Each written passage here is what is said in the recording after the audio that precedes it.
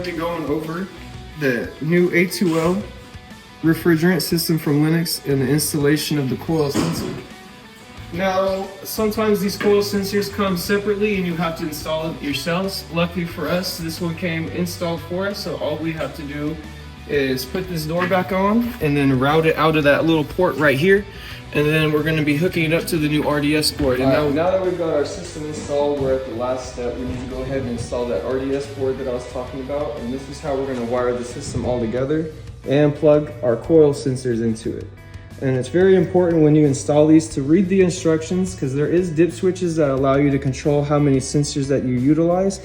So when we go ahead and get this thing mounted, and we'll get it all wired up for you. All right, now that we've got our RDS board mounted to the wall, on this side, this is where we're gonna take the wires coming from inside the house from the thermostat and go there. On the blue side, we're gonna run a separate wire from there to inside the furnace. So I've already got a wire pre-installed, so all we need to do is take this and hook it up to this blue side. We're going to also be breaking our safety switch up here as well. So everything will tie in right here, and it minimizes how many wires you run into the system now. So now we're going to go ahead and install the safety switch. So we have two black wires coming from our switch. We're going to take one of them and just wire nut it straight to the red wire.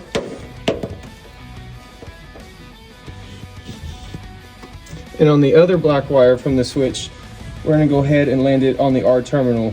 So now we've got the thermostat side all hooked up and our condenser wires hooked up here as well for the 2-wire. So there's our safety switch breaking, landed on R, 2-wire, everything hooked up. So now it's time to go ahead and hook this side up.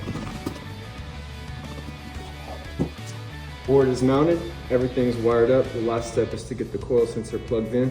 And as I mentioned earlier about reading the instructions for the dip switch, we have one sensor. So we have dip 1 off and dip 2 on. And I've already set the dip switches on the board. So now we'll go ahead and plug it in to the sensor number 1 slot. And that's how you do the RDS board.